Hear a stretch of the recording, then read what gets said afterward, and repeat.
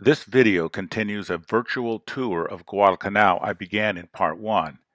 In Part 1 I described our approach to Guadalcanal after departing from Los Angeles, our hotel in Honiara at Point Cruz, the American Memorial, the major battlefields we visit, and some of the war relics we may find during our tour.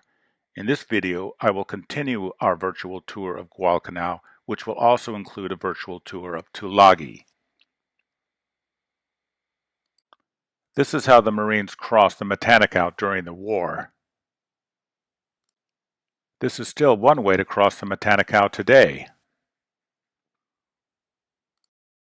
There are two outdoor boneyards we visit on our tour, one to the east and one to the west.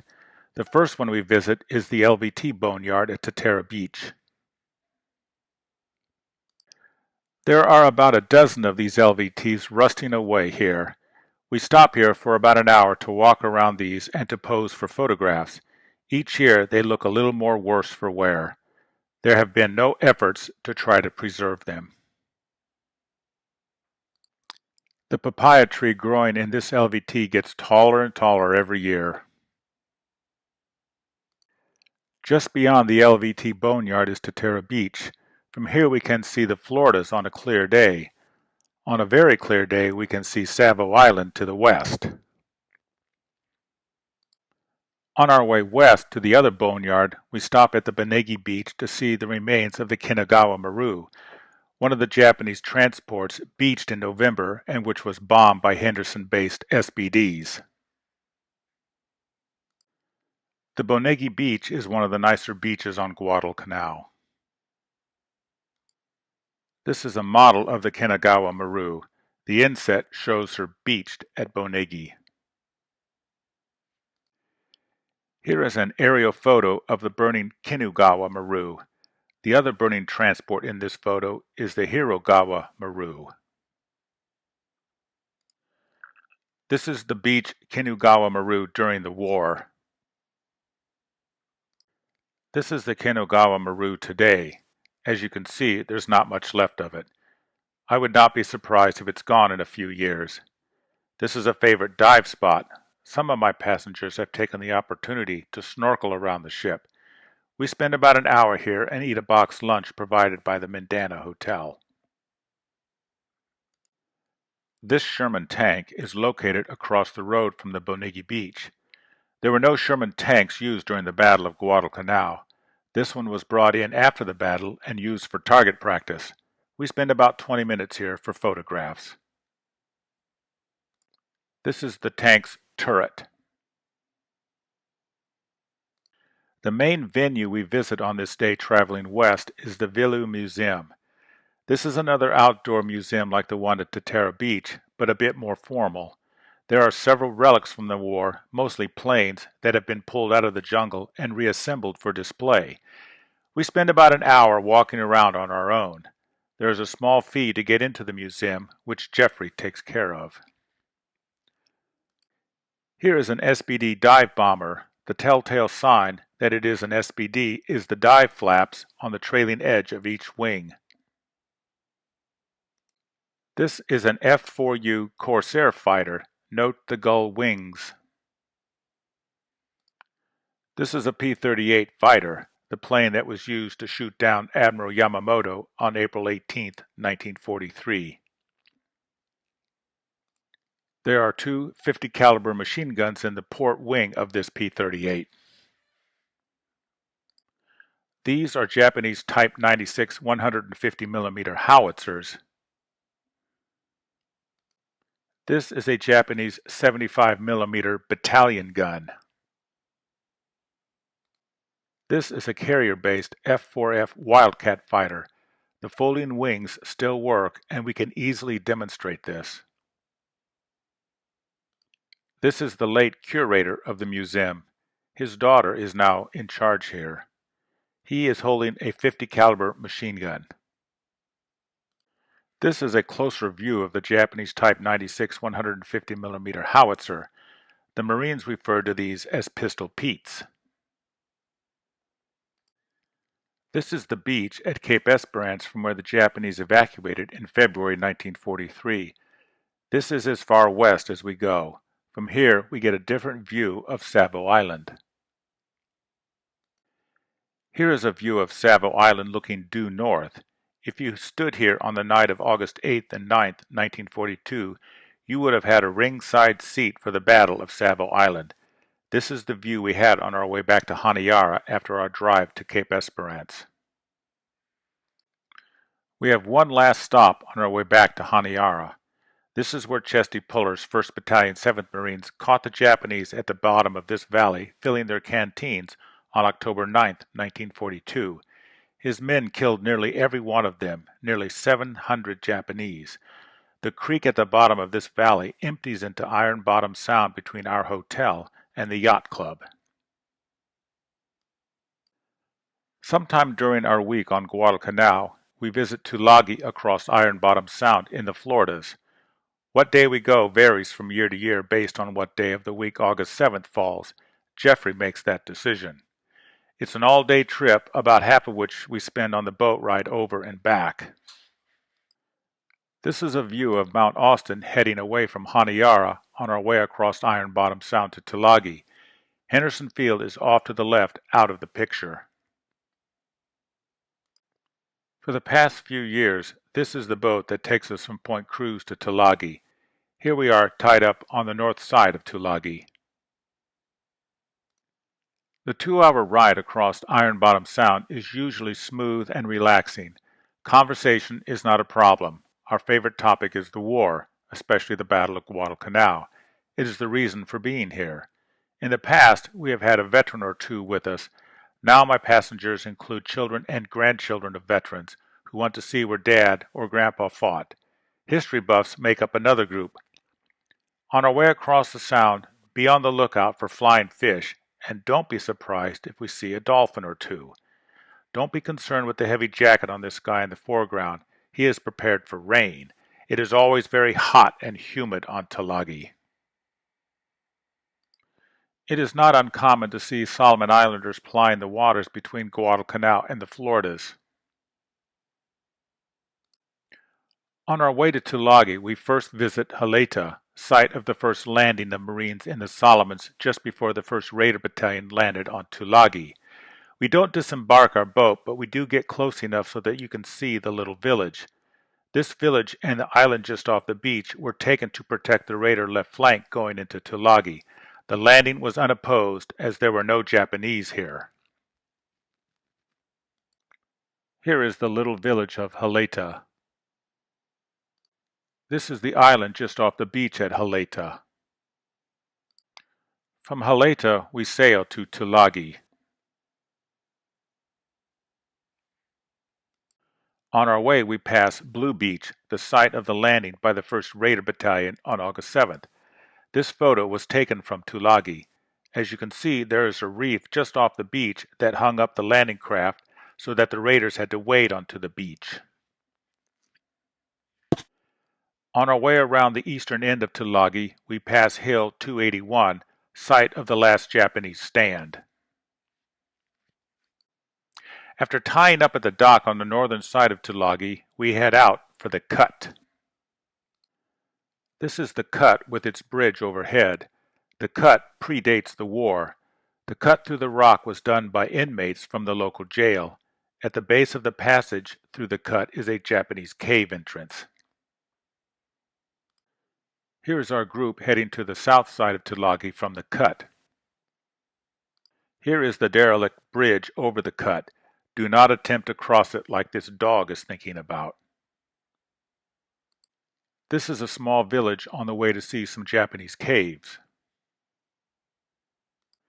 Here is one of the several Japanese caves under Hill 281. We can walk through this cave, which has another entrance several yards away. It is necessary to have a flashlight or headlamp to get through the cave. There is nothing of note in the caves, just a passage to the other entrance. One of the important places to see on Tulagi is the old pre-war cricket pitch. This was the site of the Japanese banzai charge during the night of August 7th and 8th. From the southern side of Tulagi on a clear day, we can see Guadalcanal on the distant horizon. This is Blue Beach, where the 1st Raider Battalion came ashore in the early morning of August 7, 1942. It is about a half-mile walk from the cricket pitch to get here. We hiked to the top of a hill where the British Resident Commissioner's house was located before the war. The only part of the house remaining is the concrete piles that supported the house. The main reason for hiking up here is to get this view of Gavutu and Tanambogo. This is a view from the path we take back down the hill looking southeast. Hill 281 is off to the left. Looking north from the Resident Commissioner's house, we can see what is left of Calvertville, home to Lieutenant John Kennedy's PT boat base. Kennedy lived on Tulagi until he moved up the slot to the new base at Rendova. Here we are coming down the pre-war steps to the Resident Commissioner's house. This is the way down and the way up to the summit of Hill 281. It is a short hike, but a little steep in parts. Besides the good view from the top of Hill 281, the other reason for making this hike is to see this Japanese anti-aircraft gun pedestal. Here is another view of Guadalcanal from Tulagi. When we are finished with our tour of Tulagi, we walk back to the boat and have our box lunch at the Raider Hotel, where we can use the facilities and buy drinks. Before heading back to Guadalcanal, we first sail around Gavutu and Tanambogo on our way to LST 342. From the east side of these little islands, we can see the remnant of the causeway that connected them during the war. These islands are privately owned, so we do not get to stop to explore them. From Gavutu, we continue to Purvis Bay to see LST 342. LST 342 is beached in this inlet. LST 342 was torpedoed during the night of July 18, 1943, off the coast of New Georgia. The resulting explosion broke her back, and she immediately broke in two. The stern sank, where most of the crew was located. The bow was towed to Purvis Bay, where she was beached. One story is that she was used as the post office during the war. Until a few years ago, the only remaining survivor of the sinking came on our tour each year. When he was with us, we always stopped and threw a wreath on the deck in memory of his shipmates. It is too dangerous to climb on the deck today as the wreck is falling apart. We can get close enough to see the open bow doors. It is not uncommon to see some fishermen on our way back to Guadalcanal. The hike around Tulagi in the heat and humidity is taxing. The ride back to Guadalcanal is a chance to relax or take a nap. Rarely we experience a rain squall like this one over Tulagi. They move in, dump a lot of rain, then move out just as quickly. They do not last long. One of the highlights of our tour is to participate in the ceremonies that take place every August 7th, the anniversary of the invasion. This is a big day in Honiara. Military and diplomatic dignitaries from all over the region are in attendance. The United States is well represented with representatives from the Marine Corps, the U.S. Navy, the U.S. Army, and the U.S. Coast Guard, as well as the U.S. Ambassador to Papua New Guinea. Australia and New Zealand are also well represented. There is no Japanese military presence, but the Japanese ambassador attends. The Master of Ceremonies is the United States Consular Agent to the Solomons. The main ceremony takes place at sunrise on Hill 73 at the American Memorial. Our group is always invited. Family of American vets are recognized. There are lots of speeches followed by lots of wreath laying. Every group lays a wreath at the base of the monument. Valor Tours always has a wreath to lay, but anybody can lay a wreath. Arrangements for a wreath must be made several days in advance. I usually let one of our passengers lay the wreath for Valor Tours. It is a very solemn event and one not to be missed. When the ceremony ends, Most people linger to chat and to pose for photos. During the 70th and 75th anniversary ceremonies, the Marine Corps was represented by the Commandant. General James Amos, 35th Commandant of the Marine Corps, even posed with me, a nobody civilian, after the 70th anniversary ceremony. During the welcome party at the American consular agent's home the evening before, which we have been invited to in the past, he spent 20 minutes talking with me one-on-one. Don't be afraid to go up to these guys and shake their hands, get your photo taken with them, and chat with them. It is a unique opportunity. Take advantage of it. Here are the American military dignitaries after the 75th anniversary ceremony. There is one Rear Admiral, two Major Generals, one Lieutenant General, and one General standing here. General Robert Neller, 37th Marine Corps Commandant, is standing in the center. Shortly following the ceremony at the American Memorial, there is another ceremony to commemorate the Australian Coast Watchers and the Solomon Scouts at Point Cruz. It is officiated by Australians. Again, there are speeches and wreaths to lay. In the past, our group has had reserved seating for this ceremony. The next ceremony, and the last one that we attend, takes place at the Yacht Club next to our hotel. It is to remember the life and sacrifice of Coast Guardsman Doug Munro, who gave his life trying to evacuate trapped Marines at Point Cruz. For his efforts, he was posthumously awarded the Medal of Honor. He is the only Coast Guardsman to ever receive this medal. It is always a moving ceremony. Refreshments are served by the Yacht Club afterwards. This is the memorial at the Yacht Club. There are a few brief speeches, then a few wreaths to lay at Doug Munro's memorial.